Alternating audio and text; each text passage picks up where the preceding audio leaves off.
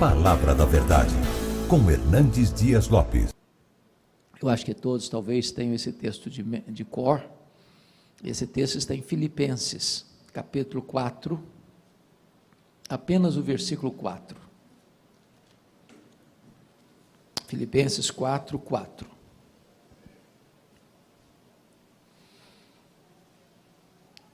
E o apóstolo Paulo, que estava preso em Roma, na sua primeira prisão, sendo acusado pelos seus próprios irmãos, os judeus, mesmo naquela circunstância carrancuda e cinzenta, escreve para aquela igreja em Filipos, dizendo assim: alegrai-vos sempre no Senhor. Outra vez digo, alegrai-vos.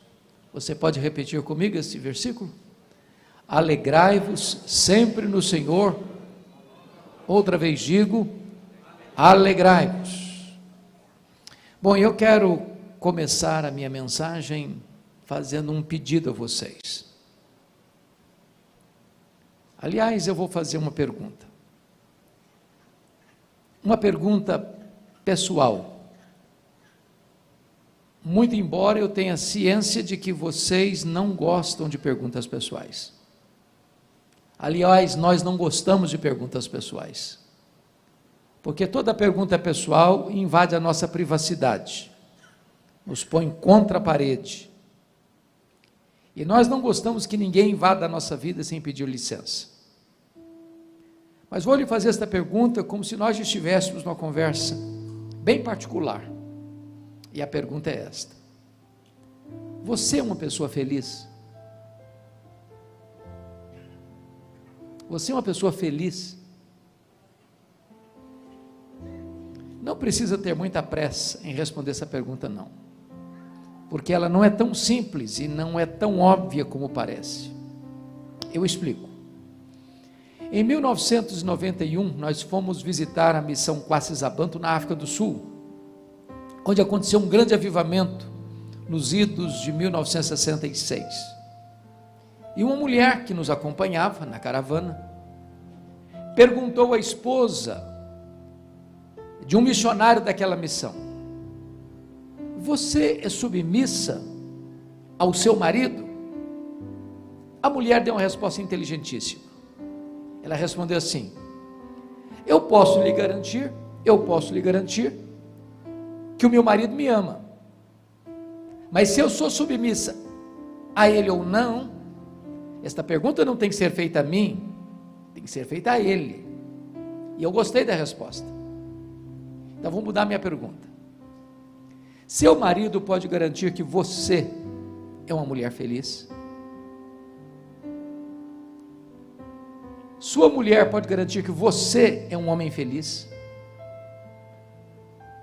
Lá em Provérbios 31, diz que os filhos da mulher virtuosa se levantavam e diziam assim: mamãe, uma mulher feliz, ditosa. Seus filhos podem dizer isso a seu respeito? Seus pais podem dizer isso a seu respeito? Seus parentes, seus amigos, seus colegas de trabalho, os membros da sua igreja podem dizer isso a seu respeito? Bom, é provável que a essas alturas você já esteja criando alguns mecanismos de defesa aí no seu coração, dizendo assim: o pastor está me fazendo esta pergunta porque não conhece a minha história. Se eu contar a minha história, até pedra chora. Talvez você tenha argumente assim: mas dá para ser feliz num ano de pandemia? Tanta luta, tanta dor, tanta lágrima, tanto luto. Quando eu penso nisso, me lembro que Paulo escreve esse texto não hospedado num hotel 5 estrelas em Roma. Ele escreve esse texto de uma prisão, algemado, sendo acusado injustamente. E ele diz assim: alegrai-vos sempre no Senhor. Outra vez digo, alegrai-vos. E ele nos ensina 3 verdades aqui. Primeira, a alegria do cristão não é um pedido, não é uma sugestão, é uma ordem. Alegria aqui não é substantivo, é verbo, e verbo no imperativo. Em outras palavras, você não tem o direito de ser uma pessoa triste. Ser uma pessoa triste é um pecado. É um pecado de desobediência a uma ordem expressa de Deus. Isso porque o evangelho que nos alcançou é boa nova de grande alegria. O reino de Deus que está dentro de nós é a alegria no Espírito Santo. O fruto do Espírito é a alegria. E a ordem de Deus é alegrai-vos. Mas Paulo diz assim, alegrai-vos quando mesmo? Sempre. Então vou fazer uma perguntinha para você. Você tem problema na sua vida também? Ou só eu que tenho na minha? De vez em quando alguém fica doente na sua família também, ou só na minha que fica? De vez em quando, ou de vez em sempre, a grana fica curta lá também? Então, quando Paulo diz alegrai-vos sempre, o que ele está querendo dizer? Que a alegria do cristão não depende de circunstância. É ultra circunstancial. Estar feliz quando está tudo bem, até o ateu consegue. O grande desafio é ser uma pessoa feliz, apesar das circunstâncias adversas. Isso porque a alegria do cristão não é um sentimento, não é uma emoção. A alegria do cristão não é apenas ausência de coisas ruins, nem apenas presença de coisas boas. A alegria do cristão tem endereço, tem nome. A alegria do cristão é Jesus. Portanto, se você tem Jesus, você é uma pessoa feliz. Se você não tem Jesus, você pode até ter momentos felizes, mas não é feliz. Porque a verdadeira alegria é Jesus. É por isso que Paulo diz assim, alegrai-vos sempre no Senhor. Então esse texto nos ensina que a alegria é imperativa, é ultra circunstancial e é uma alegria cristocêntrica. Bom, mas não é preciso ser um grande entendedor da alma humana para constatar que nem todos os crentes, salvos pela graça, estão desfrutando desta alegria, estão usufruindo desta alegria, estão bebendo desta fonte inexaurível, inesgotável. Basta você olhar para alguns semblantes, basta você conversar com algumas pessoas, parece que é uma aura de tristeza. A grande pergunta é: quem está roubando essa alegria? Quais são esses ladrões que estão saqueando a nossa alegria? Quem está invadindo a cidadela da sua alma e levando embora esse néctar da vida que é a alegria? Parece-nos que esta carta que Paulo escreveu, que é a carta da alegria, Paulo levanta e aponta para nós 4 ladrões que podem roubar a nossa alegria. Que ladrões são esses? E eu peço que agora você mantenha a sua Bíblia aberta comigo em Filipenses, para nós identificarmos quais são esses ladrões. O primeiro ladrão da alegria está aí no capítulo 1, versículo 12, confira comigo. Paulo escreve e diz assim: meus irmãos, eu quero cientificar-vos de que as coisas que me aconteceram têm antes contribuído para o progresso do Evangelho. As coisas que nos acontecem são as circunstâncias da vida, e as circunstâncias da vida são o primeiro ladrão da alegria. Sabem por quê, irmãos?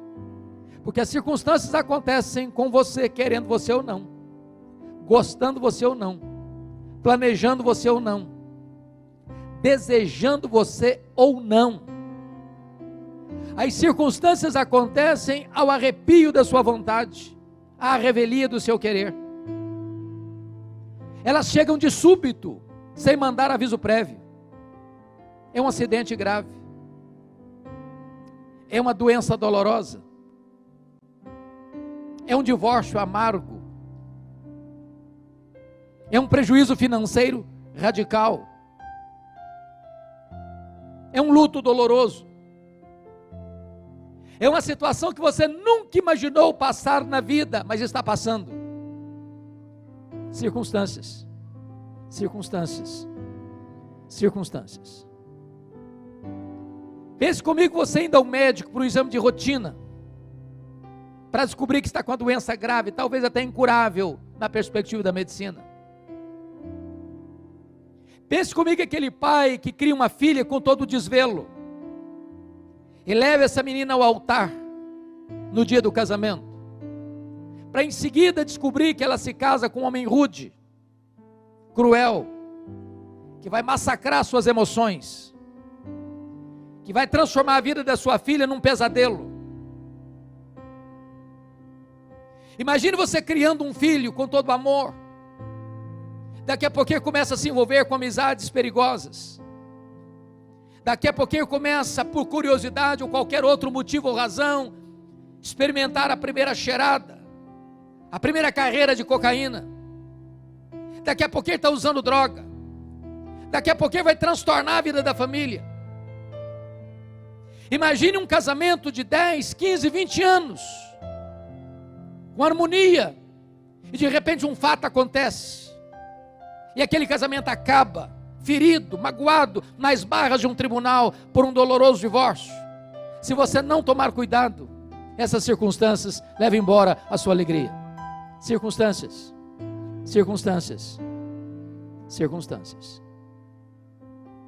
Quando Paulo escreve dizendo assim: meus irmãos, eu quero que vocês saibam que as coisas que me aconteceram têm antes contribuído para o progresso do Evangelho, eu preciso perguntar para Paulo: do que você está falando? Que coisas são essas? Que circunstâncias são essas?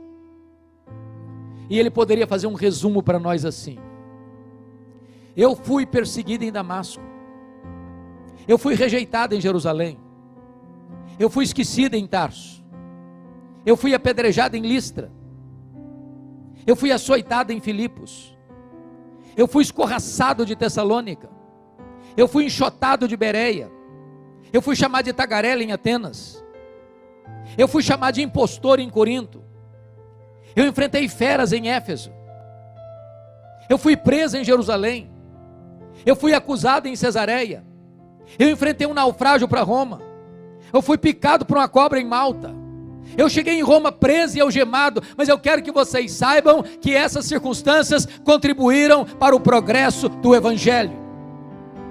Esse homem não crê em acaso, esse homem não crê em sorte, esse homem não crê em azar, esse homem não crê em misticismo, esse homem não crê em determinismo cego, esse homem não crê em olho gordo, esse homem sabe que a mão de Deus dirige o seu destino.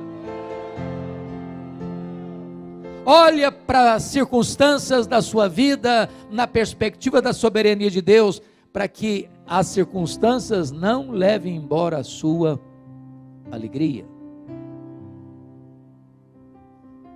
Porque Paulo estava preso em Roma, diz ele no capítulo 1, 3 coisas aconteceram. Primeiro, a igreja foi mais encorajada. Quando viram Paulo preso, trabalhando mais do que eles na cadeia, do que eles lá fora, livres, eles se mexeram, começaram a trabalhar, foram estimulados. Dr. Ray Stedman, de saudosa memória, disse que há um método quase que infalível de crescimento de igreja. Eu pessoalmente não gosto desse método, mas ele diz assim: você quer ver a igreja crescer? Bote os pastores na cadeia e a igreja crescerá.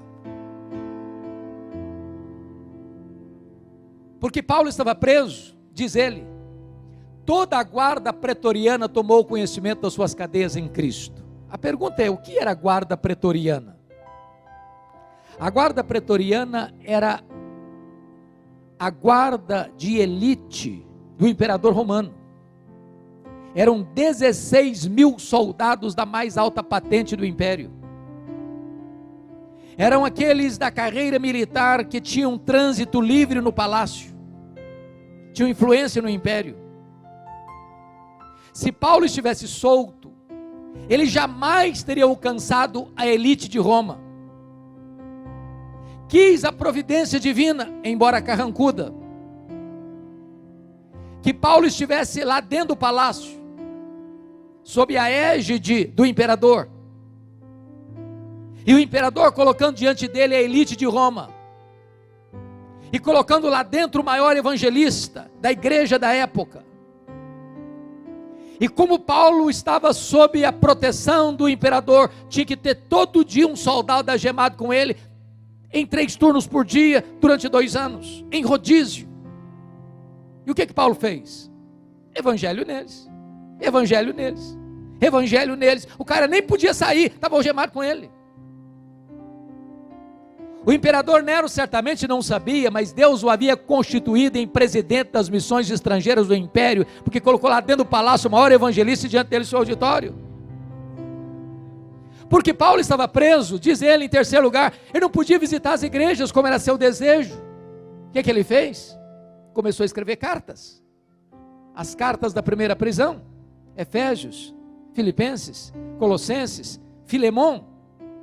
Se Paulo estivesse solto, talvez nós não teríamos essas joias na nossa Bíblia. Então entenda uma coisa: tem hora que a sua vida parece que está de ponta cabeça, mas nessa hora Deus está escrevendo o capítulo mais importante da sua história.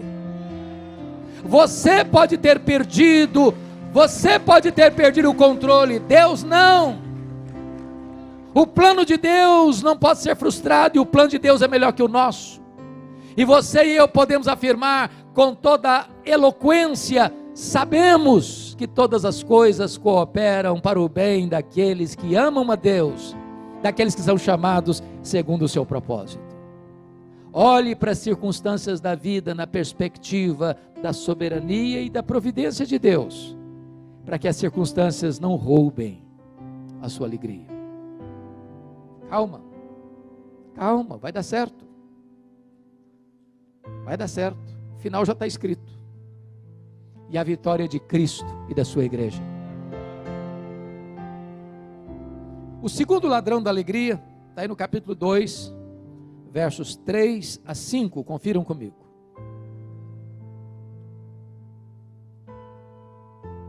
Paulo diz assim: nada façais por partidarismo ou vanglória, mas por humildade, considerando cada um outro superior a si mesmo. Não tem visto o que é propriamente seu, senão também cada qual que é dos outros. Tende em vós o mesmo sentimento que houve também em Cristo Jesus. O segundo ladrão da alegria são as pessoas. E eu preciso admitir que nós sofremos mais por causa de gente do que por causa de coisas. As pessoas nos fazem chorar mais do que as circunstâncias. Sabem por quê? Porque as pessoas nos decepcionam. E nós decepcionamos as pessoas. Nós não viemos de uma família perfeita. Nós não nos casamos com uma pessoa perfeita. Nós não temos filhos perfeitos. Nós não temos uma família perfeita. Nós não frequentamos uma igreja perfeita. Logo nós vamos ter queixas uns dos outros. Daí, é impossível você ter saúde emocional sem perdão. O perdão é uma necessidade vital para você ter saúde emocional. Se você não perdoa, você não pode orar. Se você não perdoa, você não pode adorar a Deus. Se você não perdoa, você não pode ser perdoado. Se você não perdoa, você entrega aos verdugos da consciência, aos flageladores da alma. Você não tem paz. Se você não perdoa, você vive numa masmorra emocional, atormentado pelo chicote da culpa.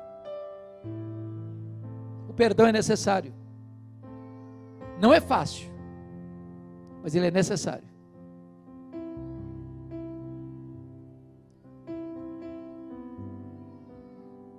Talvez, de todas as dores que eu já passei na vida, e já passei por muitas, a dor mais avassaladora que atingiu minha vida aconteceu no dia 2 de agosto de 1982. eu estava começando o meu pastorado. Estava em Bragança Paulista, interior de São Paulo. Quando eu recebo à noite um telefonema do interior do estado do Espírito Santo, onde a minha família morava e mora até hoje. E a pessoa me informando que o meu irmão, eu sou o caçula, ele acima de mim, que tinha feito 27 anos no dia anterior, dia 1º de agosto, acabava de ser assassinado com 11 golpes de faca, todos mortais, pelo primo primeiro da sua esposa, gente criada conosco. A dor foi tão avassaladora que quando eu recebi o telefonema, eu perdi a voz. Foi como um soco na boca do meu estômago. Quando eu recobrei os sentidos e as forças, a primeira palavra que Deus botou na minha boca foi esta: eu perdoo o assassino. Eu não tinha outra opção. Ou perdoava, ou adoecia. Ou perdoava, ou minha vida se tornaria um inferno. Ou perdoava, ou teria que abandonar o ministério. Mas eu posso lhes garantir que o perdão é maior que o ódio. O perdão cura, o perdão liberta, o perdão restaura. O perdão é a asepsia da alma, é a faxina da mente, é a alforria do coração. Perdoar é uma questão de bom senso, sabe por quê?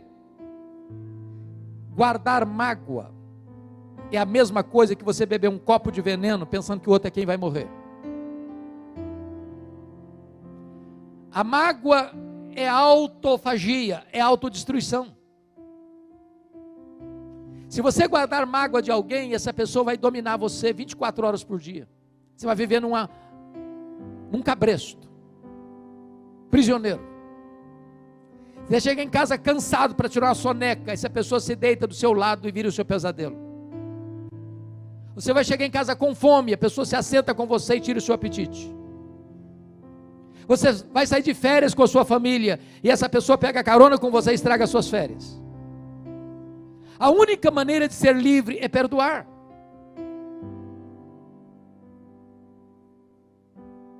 Mas talvez você argumente: pastor, o senhor está falando desse negócio de perdoar porque o senhor não conhece a minha história. Se eu contar a minha história, o senhor vai me dar razão. Não dá para perdoar. Fui muito humilhado, fui muito machucado, fui muito ferido.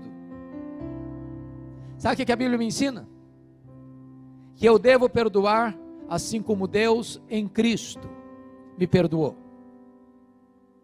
E a pergunta é: qual foi o tamanho do perdão que você recebeu de Deus?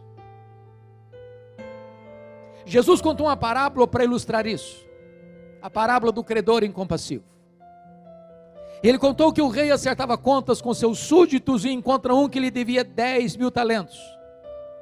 Não tendo com que pagar, o rei mandou vender seus filhos.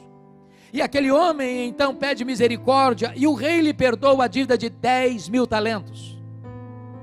Aquele homem perdoado lá na frente encontra um conservo que lhe devia 100 denários. Não tendo com que lhe pagar, pediu misericórdia. Se eu não tenho misericórdia, não pago o que você me deve.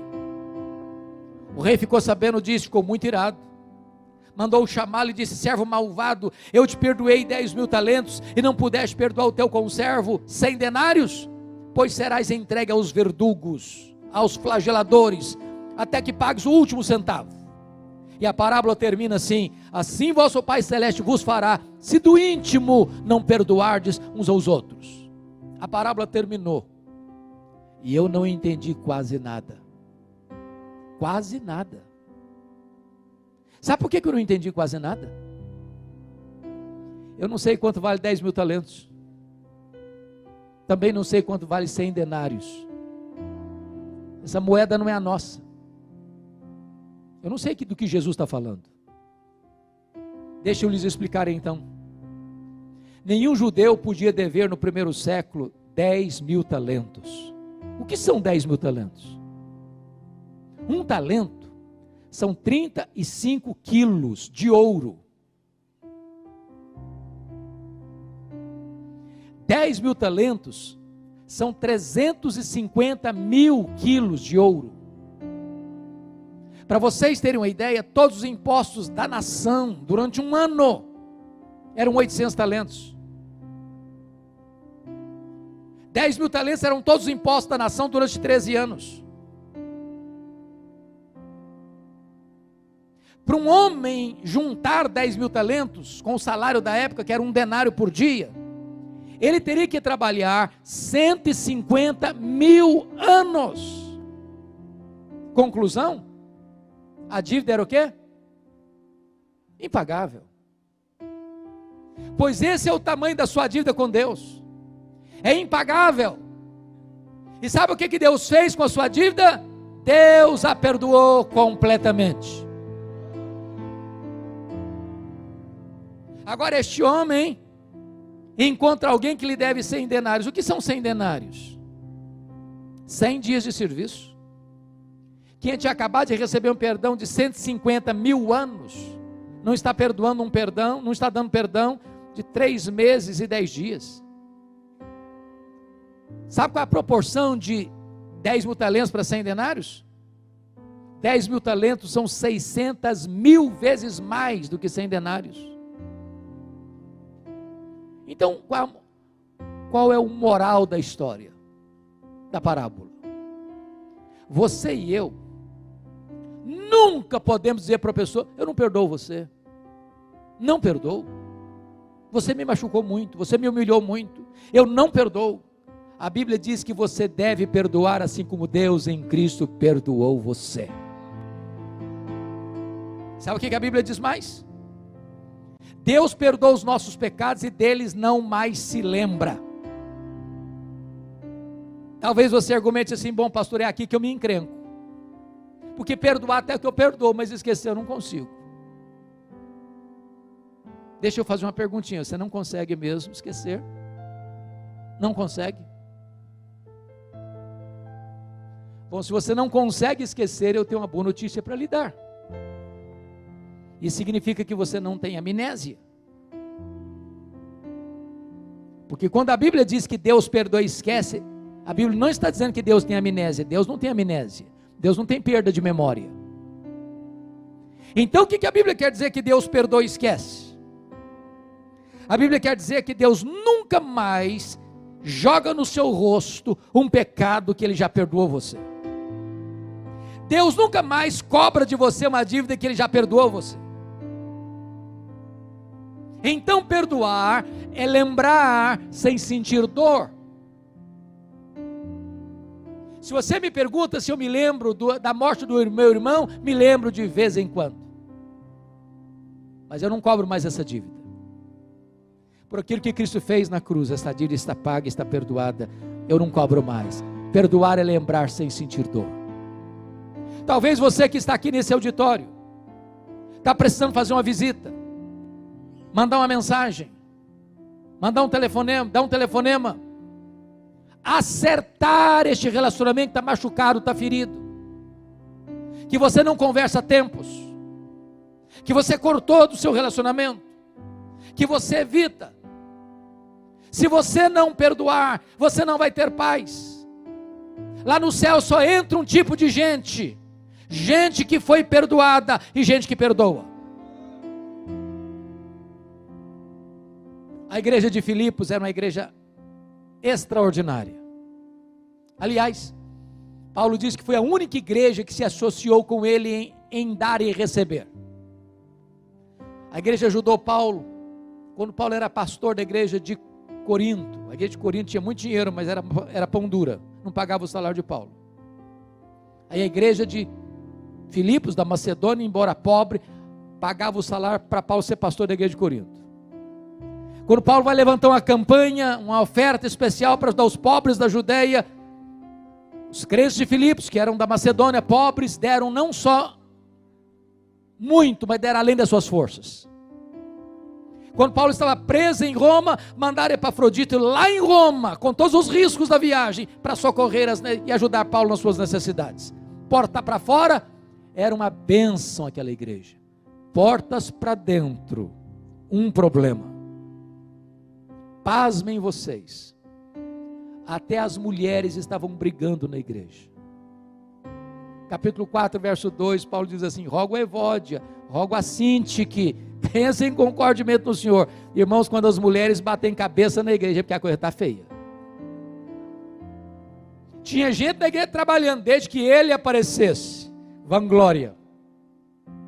Tinha gente trabalhando desde que o grupinho dele aparecesse, partidarismo. Tinha gente narcisista na igreja, só pensava nele mesmo e não no que era dos outros. Acho que tinha gente sempre para Paulo: Paulo, você que não está aqui agora, tem gente complicada aqui, tem gente que dá azia em copo de bicarbonato, Paulo. Aí Paulo diz assim: então tende em vós o mesmo sentimento que houve também em Cristo Jesus. Porque ele, sendo Deus, não julgou como usurpação ser igual a Deus, antes a si mesmo se esvaziou, assumindo a forma de servo, e se humilhando até a morte, morte e cruz. E quando ele estava lá na cruz, aqueles que cuspiram nele, aqueles que esbordoaram a sua cabeça, esses que estavam vociferando lá ao pé da cruz, Jesus olha e diz: Pai, perdoa-lhes, porque não sabe o que fazem. Se você quer ter paz, se você quer ter alegria, se você quer viver uma vida maiúscula e plena, tome a decisão de hoje mesmo: perdoar, perdoar, perdoar. Senão as pessoas vão roubar a sua alegria. Mas vamos ao terceiro ladrão da alegria. Confira comigo, capítulo 3, verso 19, por favor. Paulo diz assim: o destino deles é a perdição, o Deus deles é o ventre, a glória deles está na sua infâmia, visto que só se preocupam com as coisas terrenas. O terceiro ladrão da alegria é a preocupação com dinheiro. Eu acho que aqui em Bataguaçu vocês não enfrentam esse ladrão. Dinheiro aqui não é problema, né? É solução. Mas deixa eu fazer uma perguntinha. Alguma vez você já discutiu com a sua mulher por causa de dinheiro?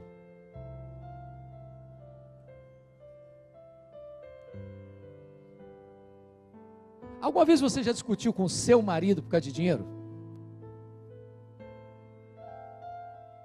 Bom, se vocês falarem para mim que nunca, eu vou duvidar da honestidade de vocês.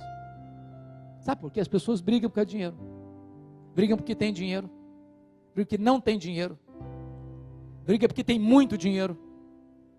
Brigam porque tem pouco dinheiro. Brigam porque não tem dinheiro nenhum. O dinheiro é o maior pomo de discussão dentro das famílias hoje.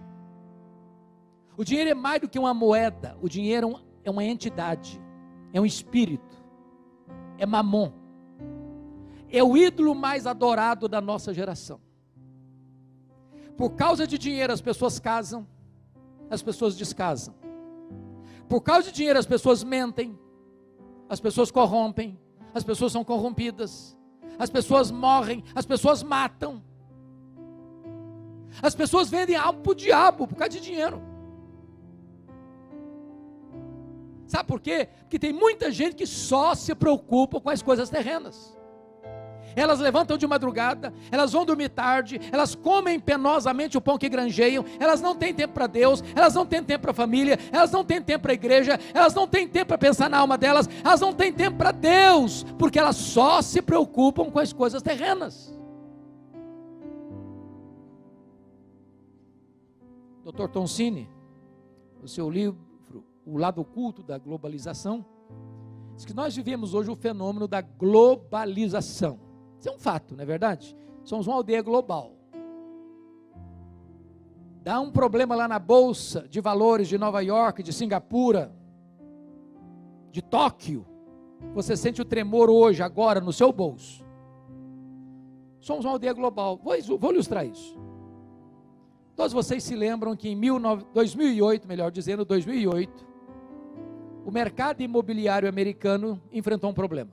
A bolha estourou, a crise chegou, mas não afetou só a América, não, afetou o mundo. Eu sou do estado do Espírito Santo. Eu acho que, se não todos vocês, a maioria de vocês sabe disso. O Espírito Santo hoje, se não o maior, é o maior produtor de rochas ornamentais do planeta. É o maior produtor de granito hoje do mundo. Muitos donos de pedreiras no meu estado quebraram. em 2008. Porque o mercado imobiliário americano fragilizou-se. Porque somos uma aldeia global. Nessa economia global, mais de 50% da riqueza do planeta está nas mãos de pouco mais de 100 empresas particulares. Por exemplo, a Toyota é mais rica do que a África do Sul. A GM é mais rica do que a Noruega. O Walmart é mais rico do que mais de dezenas de nações do mundo. E o grande problema é que essas empresas, para girarem, elas querem mais do seu tempo e mais do seu dinheiro. Não importa se a sua vida vai se arrebentar, não importa se a sua família vai se arrebentar, você tem que fazer essa máquina girar. E para essa máquina girar, você tem que consumir mais. Só um detalhe. Na década de 50, muitos já tinham nascido aqui. Nós consumíamos 5 vezes menos do que consumimos hoje. E não éramos menos felizes por isso. Eu não sirvo de referência, porque eu fui criado na roça. Talvez alguns também aqui são. Me lembro que eu só tive um brinquedo comprado em loja. Um carrinho de plástico. E eu posso lhes garantir que eu nunca entrei em crise emocional por isso. Hoje uma criança nasce, via de regra, ela já tem mais brinquedo que consegue brincar na vida inteira. Você dá um brinquedo para uma criança hoje, ela brinca longas 2 horas, encosta no canto, é sucata e quer outro. E se você não der, ela entra em crise emocional, tem que levar para o psicólogo. Na década de 70, mais de 70% das famílias dependiam de uma renda, apenas uma renda para se manter. Hoje, mais de 70% das famílias dependem de 2 rendas para manter o mesmo padrão. Em outras palavras, o luxo do ontem tornou-se necessidade do hoje. Eu tenho um amigo que tem 3 mulheres. É claro que eu estou me referindo à esposa e 2 filhas. Não pensem mal do meu amigo, por favor. Num dia de casamento, elas disseram assim para ele: temos que comprar sapatos novos. Bom, ninguém duvida disso, duvida? Casamento é tudo novo. Mas antes de ir para a loja, ele disse assim: vamos dar uma olhadinha no que nós já temos? Abriu um mega de um armário e contou 151 pares de sapatos. Queriam mais. Como é que você chama isso? Consumismo. Então vou lhe dar uma definição de consumismo. Consumismo é quando você compra o que você não precisa, às vezes com dinheiro que você não tem, para impressionar as pessoas que você não conhece. O grande problema é que algumas pessoas só se preocupam com as coisas terrenas.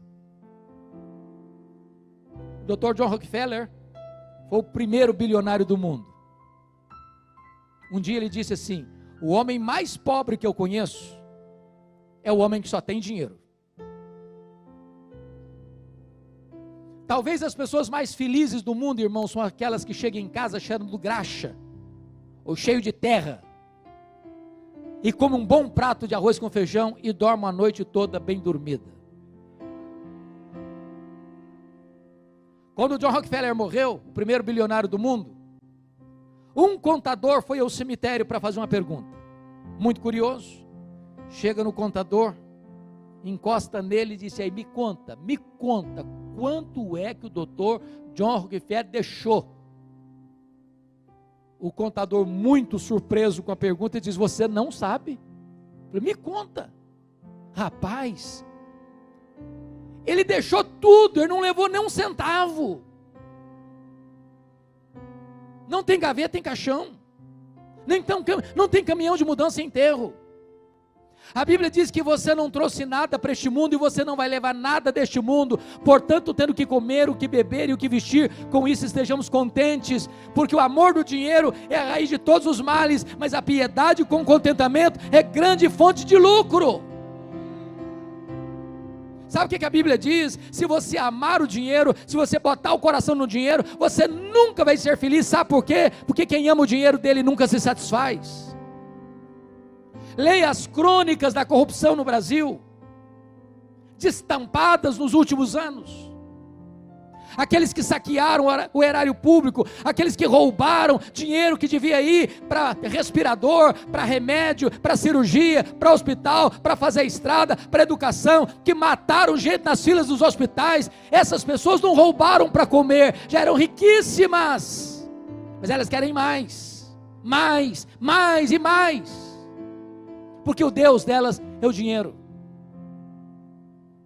Irmãos, a riqueza não é um problema, não. A riqueza é uma bênção. O dinheiro é uma bênção. É uma bênção. A riqueza vem de Deus. Glórias, riquezas e glórias vêm de ti. É Deus quem fortalece as nossas mãos para adquirirmos riquezas. O problema não é a riqueza. O problema é a riqueza sem Deus. O problema não é ter dinheiro. O problema é o dinheiro nos ter. O problema não é possuir o dinheiro. O problema é ser possuído pelo dinheiro.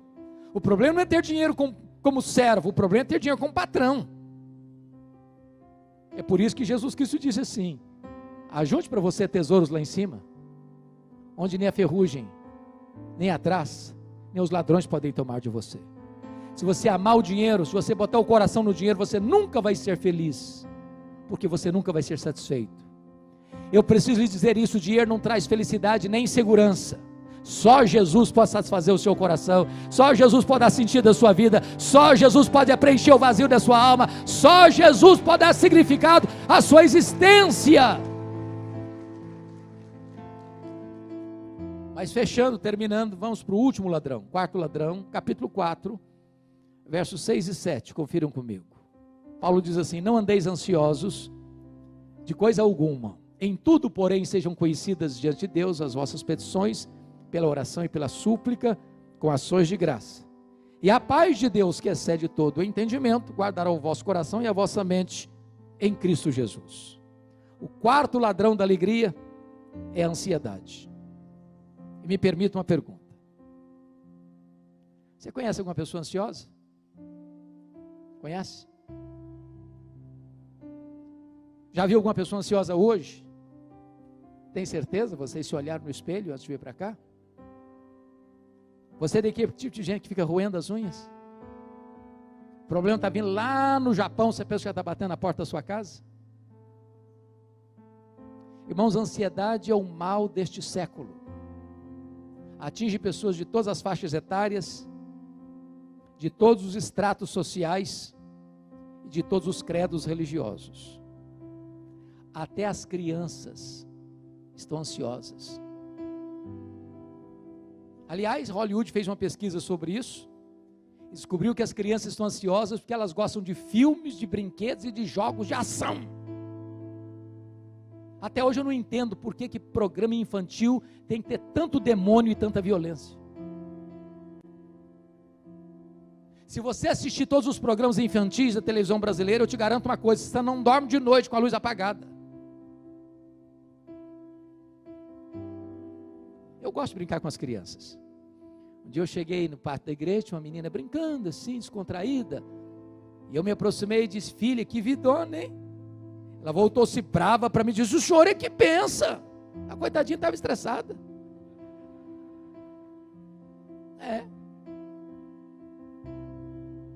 Os jovens estão estressados, os casados estão estressados, os aposentados estão estressados. Gente pobre estressada, gente rica estressada, é um estresse só. Agora, sabe o que significa a palavra ansiedade na língua grega? Significa estrangulamento, apertar o pescoço, tirar o oxigênio. E Jesus foi claro: a ansiedade é inútil. Isso porque, por mais ansioso que você esteja, você não pode acrescentar 45 centímetros, um côvado, ao curso da sua vida. Você não melhora o seu performance para resolver os problemas da manhã ficando ansioso hoje. Por isso a ansiedade é mais do que inútil, ela é prejudicial. Sabe por que é prejudicial? 70% dos assuntos que nos deixam ansiosos nunca vão acontecer. A gente sofre desnecessariamente, antecipa o problema e sofre como se já tivesse acontecendo. Me permita ilustrar isso. Eu fui seminarista em Campinas, nos idos de 78, 81. Um dia eu levantei de madrugada para beber água, o bebedor ficava no corredor, e eu de ponta dos pés para não acordar ninguém. De repente eu estou passando e vejo a porta do quarto de um colega aberta. Quando eu olho, ele está chorando, mas chorando convulsivamente. E eu entrei apressadamente e disse: o que aconteceu? Morreu alguém na sua família? E ele soluçou, disse: eu estou com medo da minha mãe morrer. Eu falei: qual o problema dela? Em que hospital que ela está? Ele disse: não, ela não está doente não, eu só estou com medo dela morrer um dia. Eu falei: rapaz, mas deixa a sua mãe viver. Tem 40 anos isso, a mulher está viva até hoje. Pior do que isso, foi uma mãe que chegou no meu gabinete, com a criança de 3 anos no colo, chorando, chorando, chorando. Não a criança, a mãe. Disse: mãe, qual o problema? O que houve? Eu estou com medo da minha filha não casar. Falei: mas nem cresceu ainda, minha filha, deixa a menina crescer primeiro. Ansiedade.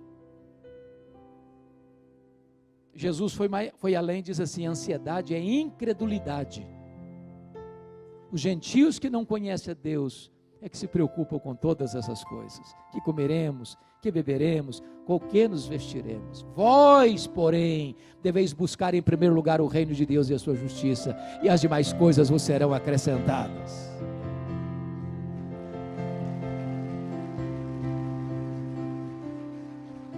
Como é que cura a ansiedade, irmãos? Qual é o remédio para a ansiedade? Bom, Paulo vai dar a receita para nós. Você quer resolver esse problema na sua vida? Paulo diz assim: não andeis ansiosos de alguma coisa? Não andeis ansiosos de coisa alguma. E o que é coisa alguma? É coisa alguma, pronto, não precisa explicar não, não precisa botar a legenda não. Então ele diz: em tudo sejam conhecidos diante de Deus as vossas petições, pela oração, pela súplica, com ações de graças. Vamos entender isso aqui. A palavra orações aqui no grego é a mesma para adoração. Então Paulo está falando de 3 coisas. Você resolve a ansiedade quando você adora a Deus, quando você pede ou suplica, que são as duas coisas a mesma coisa, pedir e suplicar a mesma coisa, e quando você dá graças a Deus. Então você resolve a ansiedade quando você adora a Deus, quando você pede a Deus, quando você dá graças a Deus. Agora vamos entender de novo. Você sabe qual é a diferença entre adorar a Deus e dar graças a Deus? Você adora a Deus por quem Deus é, e você dá graças a Deus pelo que Deus faz. Então preste atenção que agora eu vou fazer uma oração de adoração para curar a ansiedade. Eu chego para Deus e digo: meu Deus, eu quero te adorar, porque tu és o Deus da minha vida, tu és o meu Criador, tu és o meu protetor, tu és o meu provedor, tu és o meu redentor, tu és o meu consolador. Eu quero te adorar porque tu és o único Deus vivo e verdadeiro, tu és o Deus imenso, tu és o Deus infinito, tu és o Deus eterno, tu és o Deus imutável, tu és o Deus autoexistente, tu és o Deus onipotente, tu és o Deus onisciente, tu és o Deus onipresente, tu és o Deus transcendente, tu és o Deus soberano. Eu quero te adorar porque tu és bom, porque tu és verdadeiro, porque tu és fiel, porque tu és misericordioso. Eu quero te adorar porque tu és a minha alegria, porque tu és a minha paz, porque tu és a minha justiça, porque tu és o meu pastor, porque tu és a minha herança. Eu quero te adorar porque tu és o meu refúgio e fortaleza na tribulação. Eu quero te adorar porque tu és a razão da minha vida, em nome de Jesus, amém. Aí eu termino essa oração e digo assim para Deus: oh Deus, mas eu estou tão ansioso, Senhor. Não combina mais, não combina. Ou você retira a oração, ou você retira a ansiedade. Sabe qual é o grande problema da igreja hoje? Dizia o Dr. A.W. Tozer, o maior problema da igreja hoje é que ela passa a maior parte do tempo olhando para o seu próprio umbigo, tomando o seu próprio pulso.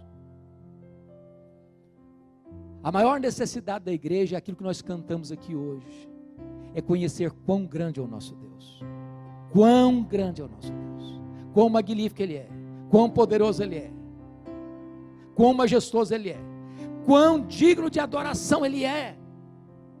Quem é o seu Deus? Quão grande é o seu Deus? Quão poderoso é o seu Deus? Quão digno de confiança é o seu Deus? O seu Deus é aquele que mede as águas na concha da sua mão. O seu Deus é aquele que mede pesa o pó da montanha em balança de precisão. O seu Deus é aquele que mede os céus a palmos. O seu Deus é aquele que espalha as estrelas no firmamento. O seu Deus é aquele que olha para as nações da terra e considera todas elas como um pingo que cai num balde, como um pó numa balança de precisão, como um vácuo, como nada, como menos do que nada. Este é o seu Deus, o todo-poderoso Deus, o Rei dos reis, o Senhor dos senhores, aquele que está no trono, aquele que dirige as nações, aquele que governa a igreja, aquele que depõe reis e levanta reis, aquele que abaixa reinos e levanta reinos. Este é o seu Deus. Adore-o, adore-o. Você vence a ansiedade, diz Paulo, quando você pede a Deus, porque Ele é seu Pai. Ele é seu Pai, Ele ama você, Ele cuida de você, Ele tem prazer que você chega para Ele: papai, eu estou passando isso, eu estou passando aquilo, eu estou doendo, eu estou sofrendo, eu estou chorando, Senhor. Preste atenção nisso. Eu estou escrevendo agora o comentário de Salmos. Pastor Zacarinho, eu estou encantado com Salmos, eu estou vendo coisa que eu nunca tinha visto. A maioria dos salmos, irmãos, não é de louvor, é de lamento. Deus sabe o que você está passando, Deus conhece a sua dor, Ele conhece a sua lágrima, Ele conhece as suas noites sem dormir. Você pode dizer para Ele: meu Deus, está doendo, Senhor, até quando, Senhor, até quando, Senhor? Ele é seu Pai, Ele vê a sua dor, Ele vê a sua lágrima, Ele vê os seus gemidos, Ele sabe as suas lutas. Então peça para Ele, nada tens, porque nada pedis, buscai e achareis, batei e abrir-se-vos-á. Você quer vencer a ansiedade?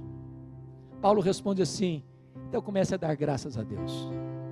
Comece a dar graças a Deus. Irmãos, tem muito crente murmurando. Tem muito crente reclamando da vida. Nessa pandemia, então, tem muita gente amarga. Então deixa eu dizer uma coisa a você, amado. Comece a dar graças a Deus. Num ano de pandemia você está vivo, é um milagre. É um milagre. Gente melhor do que nós partiu e você está aqui. Se você não encontra motivo para agradecer a Deus, deixa eu lhe fazer algumas perguntinhas. Quanto vale os seus olhos, filha? Quanto vale? Quanto vale o fato de você estar enxergando? Quanto vale? Quanto vale o fato de vocês estarem me ouvindo? Quanto vale isso? Quanto vale você ter um cérebro que está funcionando, as ondas elétricas estão lá, por isso você está vivo? Quanto vale isso? Quanto vale você ter pernas para andar? Quanto vale isso? Quanto vale você ter braços para trabalhar, para abraçar? Quanto vale isso? Quanto vale você ter um coração que bombeia sangue para o seu corpo? Quanto vale isso? Quanto vale você ter 2 pulmões que já enchem de ar a sua vida? Um dos maiores banqueiros do mundo morreu nessa pandemia, e a filha disse: o que é mais cruel é que o papai morreu por falta daquilo que é de graça, o ar nos seus pulmões. Quanto vale você estar respirando? Quanto vale? Quanto vale você ter 2 rins que filtram as impurezas do seu corpo? Você não precisa passar por uma máquina de diálise. Quanto vale isso? Quanto vale você ter uma família? Quanto vale você ter uma casa? Quanto vale você ter uma cama? Quanto vale você ter pão na sua mesa? Quanto vale você ter saúde? Quanto vale você ter a igreja? Quanto vale você ter amigos? Quanto vale você ter Jesus? Quanto vale você ter seu nome escrito no livro da vida? Quanto vale isso? Comece a dar graças a Deus. Comece a ver o que Deus já tem feito na sua história. É por isso que Paulo podia dizer de dentro de uma cadeia: alegrai-vos sempre no Senhor. Outra vez digo, alegrai-vos. Pastor Zacarinho, quando eu era criança, eu entrei numa igreja e o pregador disse assim: o projeto de Deus na sua vida é fazer você santo e não fazer você feliz. Eu tomei um susto. A primeira frase eu entendi perfeitamente: ser de santos? Porque eu sou santo. A segunda frase eu não entendi. Eu fui pesquisar e percebi que essa frase não é verdadeira. Não é verdadeira. Talvez quem entendeu melhor isso foram os nossos irmãos da Inglaterra do século 17. Quando eles fizeram uma pergunta: qual é o fim principal do homem? E eles responderam assim: o fim principal do homem é glorificar a Deus e gozá-lo para sempre. Eu tenho que concordar com o pastor batista americano, Dr. John Piper, quando ele disse que o problema do homem não é a busca da felicidade, não é a busca do prazer. Não.